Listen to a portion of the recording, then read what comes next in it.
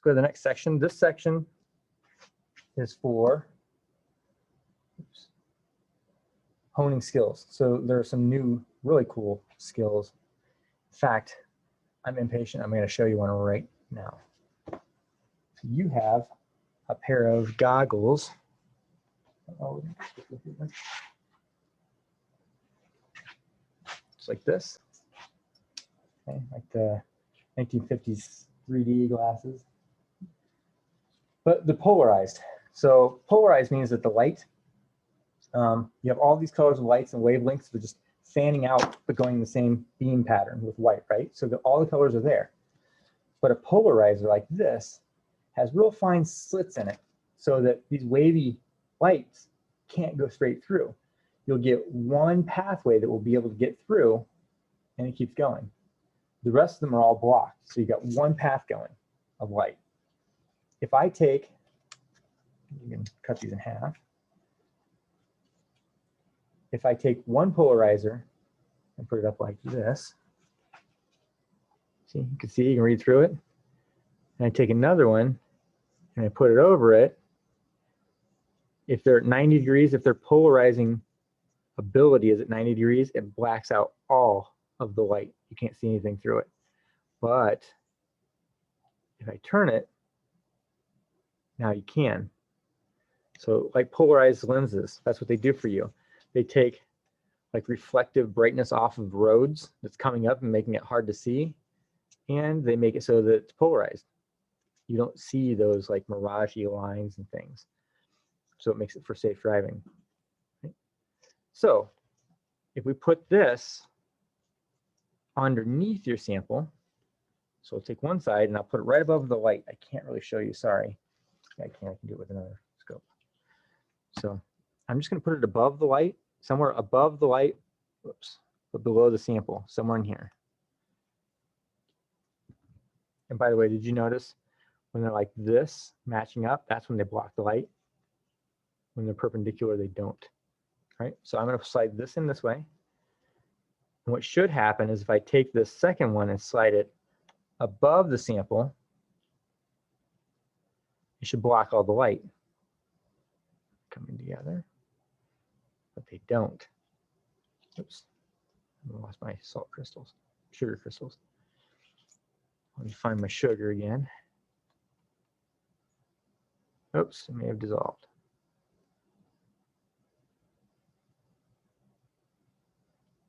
Oh no.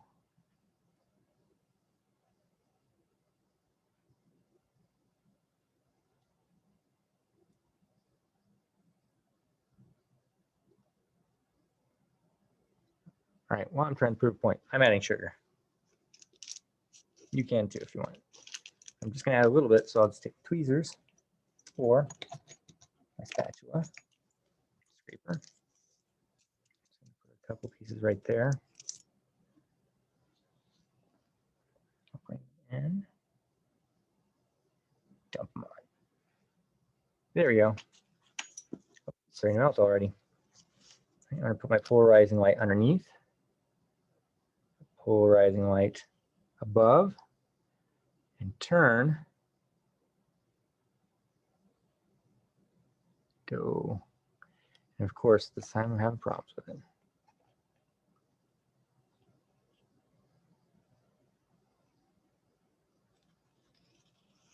I lost my sugar crystal. Oh.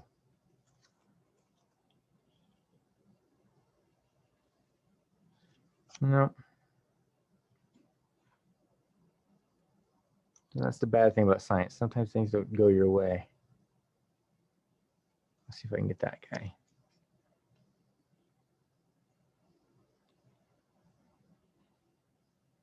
They're really being stubborn. Huh. Crazy. I like it. See how salt feels. Actually, don't think salt's gonna work. No. Salt does not polarize. Well, I wasted that time trying to teach a lesson that didn't happen. So what should happen, Something's going wrong with the lens. It should block out the light. I turn it back. No, let the light go through. I think it's my phone. Emergency. Shoot. I'm gonna make this work. Sugar. Actually, it's supposed to work better with sugar water, but I just want to see some sugar.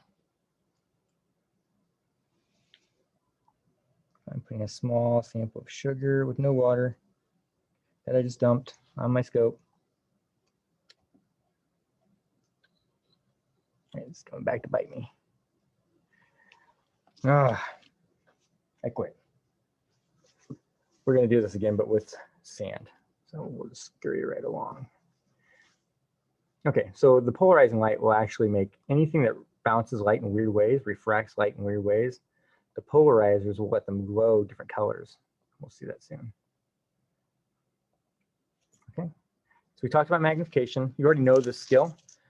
Total magnification should be on every image that you draw. Everything you take notes on, you should have it. Total magnification means the total magnification that you see through two lenses. So it's always the lowest one down here, which is 4, times the 10 that you're looking through up in the ocular piece here. So 10 times 4 is 40. If I flip this, my next one, you can see on the side of it says 10.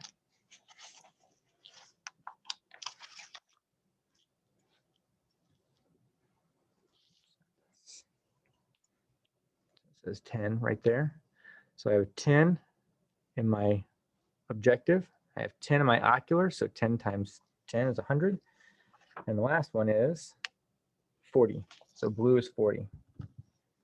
So I have 40 times 10, 400. So if you're filling this in, your scanning magnification for your objective lens is 4. The lower power is 10, and the high power is 40. But my ocular magnification is 10 across the board, 10, 10, 10. So it's scanning, 4 times 10 is 40. You write that on your pictures. Lower is 10 times 10, 100. High is 40 times 10, 400. If I pulled this off, like this, and I change it to the 20, I'd have to recalculate all of those. So I would just change where it's 10 to 20. So I can get 4 times 20, 80. 10 times 20, 200. 40 times 20, 800. So I can get 800 total magnification on that. It's just a review. I think you've already figured that out. Bugs and insects. Looks like something gross. So dioscopic illumination means that you are lighting from underneath. And that's what we've done mostly. So in your packet, you should have a little bag of bug.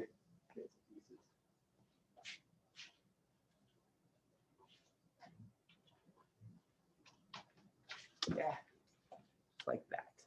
Oops, that's sand. It's like that one. You can see some worms in there, some cricket legs, maybe grasshopper, random bugs. Don't eat this. Don't put it in your hand. When you're done with it, you can feed it to your lizard or frog or turtle, but not for you. Okay. We're going to make another small slide. We'll use a regular plastic. So you're going to take your plastic set.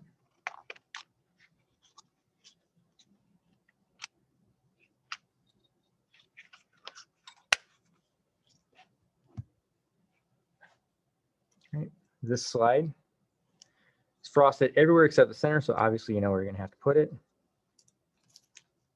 We're going to take and look for something that's thin. So one of the worms may not be the best. Like I can see, I I saw a leg here. Looks like a grasshopper or cricket leg. Got torso. Have an abdomen. Abdomen's not exciting.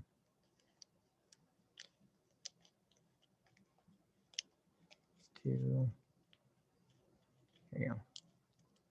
The thoracic region and part of a head. Got it.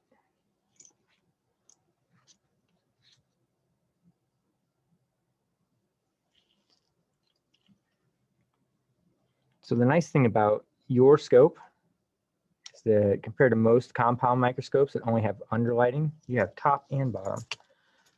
So bring it to your red objective. You're gonna bring it down. Stage down, red objective on. Gonna bring this bug back here. And right now I'm doing underlighting. I don't know if it's gonna cut it. Not gonna cut it. So I'm gonna bounce some light off the top. Flip to the upper one, where the power button's on the back, the bottom. Let's see what we can see.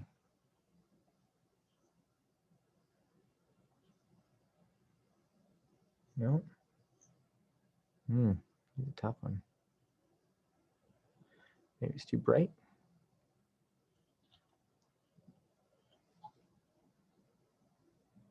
There we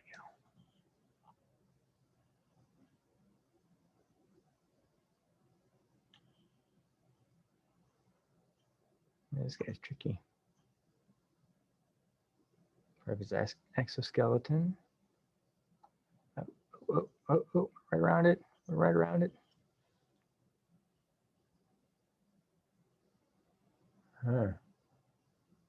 This exoskeleton's too big. Right. Let's go to the backup.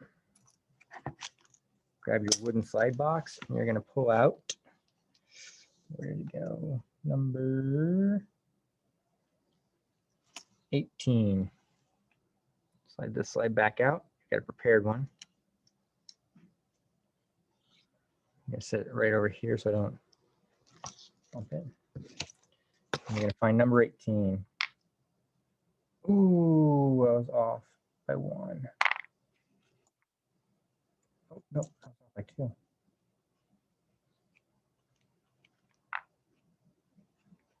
So you can see what number 18 is. Honeybee, another insect with a big chunk. Right. Just put it right here. Make sure I'm the red objective lens, the low scanning. You can always put the marker mark on the edge of your slide if you want to practice doing that again. Oh, come on. I got some stuff on my lens. On my lens, my condenser. So I'm just going to push it off.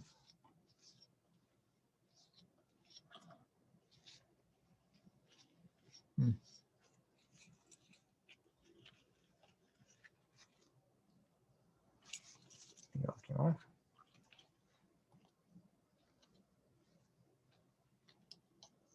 Right. Fingers holding the slide, thumbs click up the spring. Centered.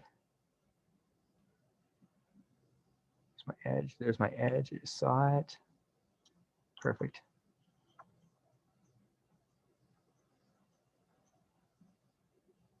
And there it is. Right. That's the edge of my slide. I'm going to pull back down. This honeybee is pretty thick. So you can see everywhere that there's a sealant holding it in place, you're going to see lots of bubbles and lots of flaws.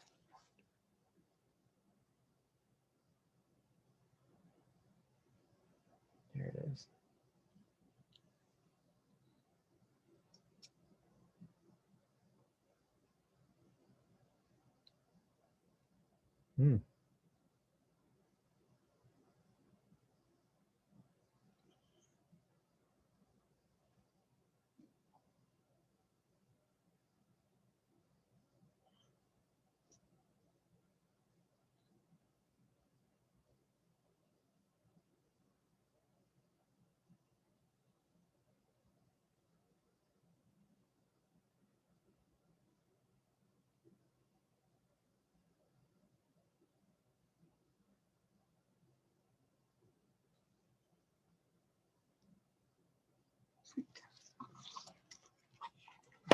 that.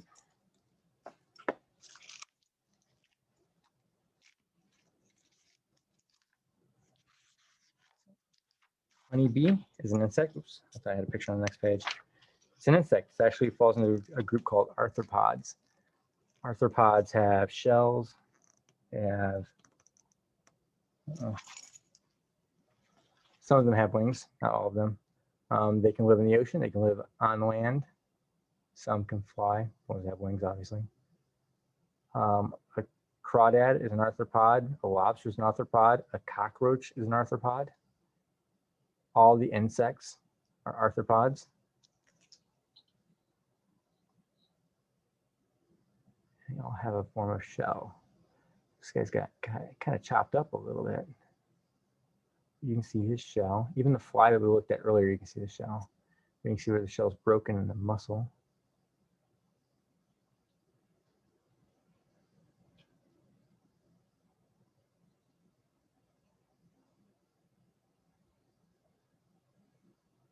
And I'm going to flip him around like this,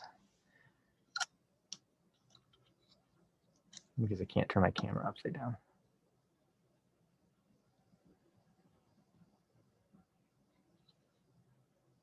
Lots of air pockets.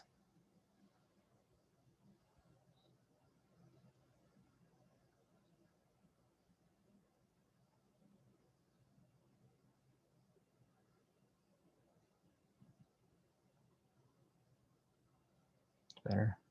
See legs. His mouth part's supposed to be here. It's going towards the back. Oop.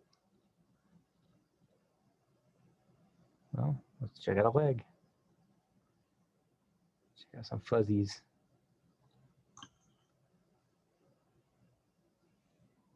Zoom in.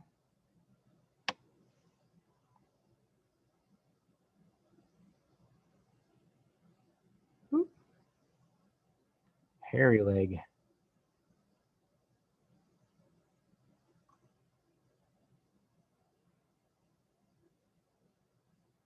You can see part of the skeleton. You can see the hairs coming off. You see how strong we can go. Ooh. It's like an armor.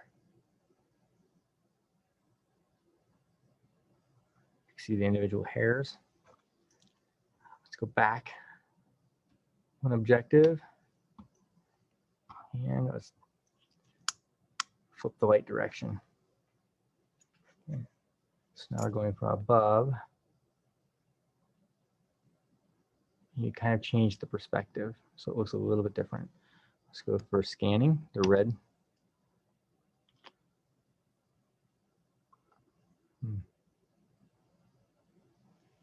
This one's having issues.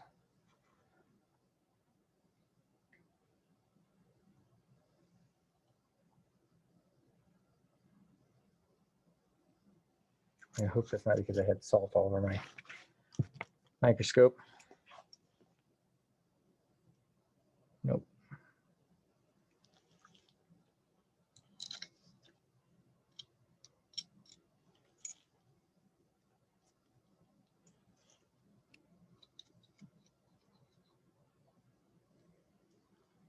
At the point with this is insects, depending on how thick they are, you can either use diascopic from the bottom or episcopic, which is from the top.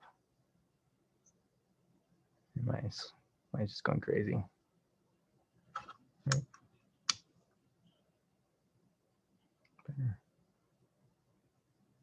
There we go. So this guy's thin enough that the light goes through and refracts off the parts of his body.